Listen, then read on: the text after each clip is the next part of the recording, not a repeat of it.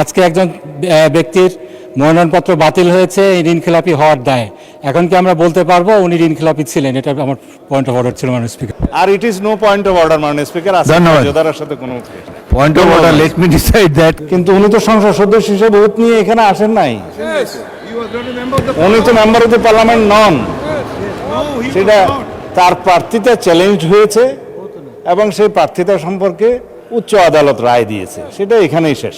সংসদ মাননীয় সদস্যবৃন্দ, সংসদের সামনে প্রশ্ন হচ্ছে স্থায়ী কমিটি কর্তৃক সুপারিশকৃত আকারে জুয়া প্রতিরোধ বিল 2026 পাশ করা হোক। যারা এই প্রস্তাবের পক্ষে আছেন তারা হ্যাঁ বলুন, যারা এই প্রস্তাবের বিপক্ষে আছেন তারা না বলুন। আমার মনে হয় হ্যাঁ জয়যুক্ত হয়েছে, হ্যাঁ জয়যুক্ত হয়েছে, হ্যাঁ জয়যুক্ত হয়েছে। অতএব স্থায়ী কমিটি কর্তৃক সুপারিশকৃত আকারে জুয়া প্রতিরোধ বিল 2026 পাশ হলো। মাননীয় বিরোধী দলের হুইপ বলুন।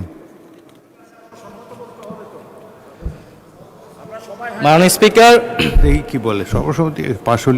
এটা একটু হা না এর মধ্যে একটু ভুল মেসেজ যেতে পারে, এটা একটু পরিষ্কার করার জন্য।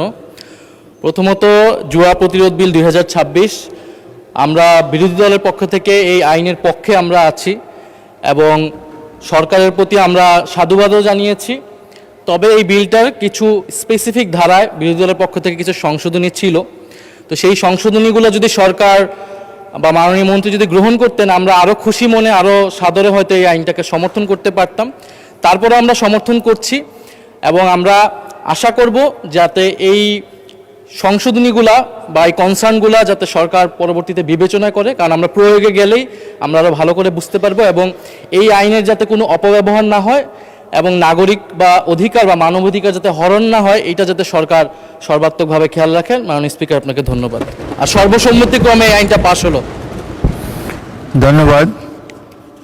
মাননীয় সদস্যবৃন্দ, জুয়া প্রতিরোধ বিল 2026 সর্বসম্মতিক্রমে এই সংসদে পাশ হলো।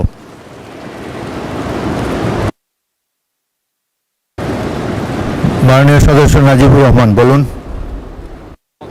ধন্যবাদ মাননীয় স্পিকার। একটা ছোট পয়েন্ট অফ অর্ডার ছিল। কয়েকদিন আগে আমাদের একজন সম্মানিত সংসদ সদস্য আপনার কাছে জানতে চেয়েছিলেন সংসদে কোনো ঋণ খেলাপি আছে কিনা। তখন আপনি বলেছিলেন বিষয়টি যেহেতু বিচার বিভাগের অধীনে আছে, বিচারাধীন আছে, এই জন্য আপনি বলতে পারছেন না। আজকে একজন ব্যক্তির মনোনয়নপত্র বাতিল হয়েছে এই ঋণ খেলাপি হওয়ার দায়ে।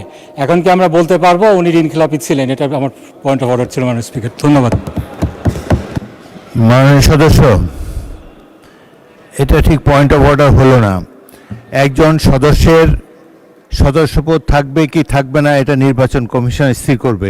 নির্বাচন কমিশন যখন এই বিষয়ে আদালতের নির্দেশ মোতাবেক আদেশ জারি করবে তখন আমি সংসদে আপনাদেরকে জানাতে পারবো।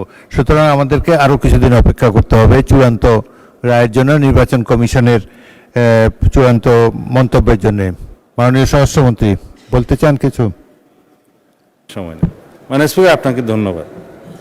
আমরা সেদিন বলেছিলাম এই মহান জাতীয় সংসদে কোনো ঋণ খেলাপি নেই, সদস্য নেই, ঋণগ্রস্ত থাকতে পারে আইনিভাবে। তো উনি যে প্রসঙ্গটা তুললেন এটা আদালতে যেহেতু ফয়সালা হয়ে গেছে, আদালতের বিচার, কিন্তু উনি তো সংসদ সদস্য হিসেবে ভোট নিয়ে এখানে আসেন নাই। উনি তো মেম্বার অফ দ্য পার্লামেন্ট নন। সেটা তার প্রার্থিতা চ্যালেঞ্জ হয়েছে এবং সেই প্রার্থিতা সম্পর্কে উচ্চ আদালত রায় দিয়েছে, সেটা এখানেই শেষ। End of the story. He is not parliament. উনি এখানে সংসদ সদস্য থাকলে তখন এই কথাটা বলা যেত। আর it is no point of order মাননীয় স্পিকার। জোদারার সাথে কোনো point of order, let me decide that. কিন্তু তিনি সংসদ সদস্য নন, আপনার এই clarification is enough. Thank you.